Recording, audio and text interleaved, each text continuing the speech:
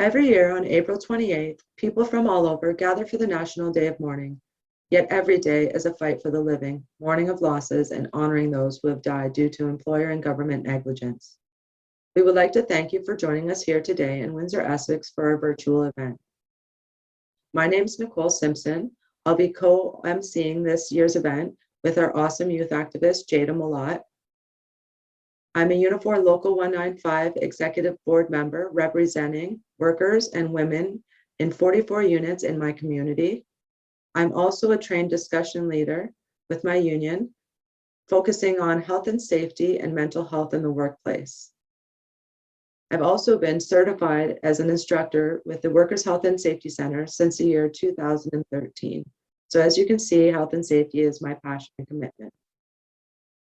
With this pandemic, we have seen so many more challenges in and out of our workplace. We've seen fear, instability, uncertainty, and concern being those common themes. The challenges of homeschooling children while doing your own work from home must be exhausting, and I think about all of you every day. The lack of paid sick days, job loss, financial insecurity, lack of purpose, isolation. The challenges our frontline workers, migrant workers, grocery clerks, manufacturing plants, and all others who were deemed essential from the onslaught of this pandemic have been and continue to face is a challenge.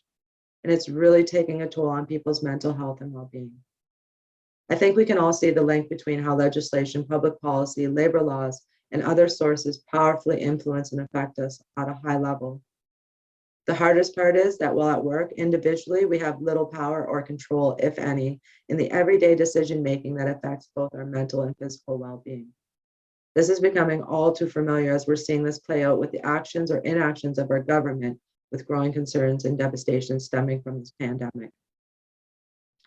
Our employers, whether that be federally or provincially, have a general duty to take every precaution reasonable to protect the worker, to protect us, to protect our children while we're in the workplace.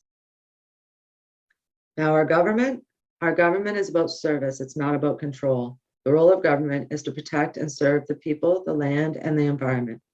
So why is it so obvious that they choose to represent the best interests of corporations instead? We need to understand that the system we are navigating is enormously powerful, influential, and real, and it's failing us.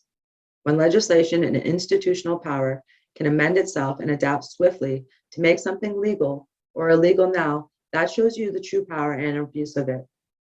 It's important to recognize that some people have more power than others, and that's why we need to elect those who just seek to distribute it evenly and fairly. The only way to take on this enormous power and create a shift in thinking that supports us, that supports workers, mental and physical wellness, is by doing so collectively. It is too great of a challenge for us as individuals.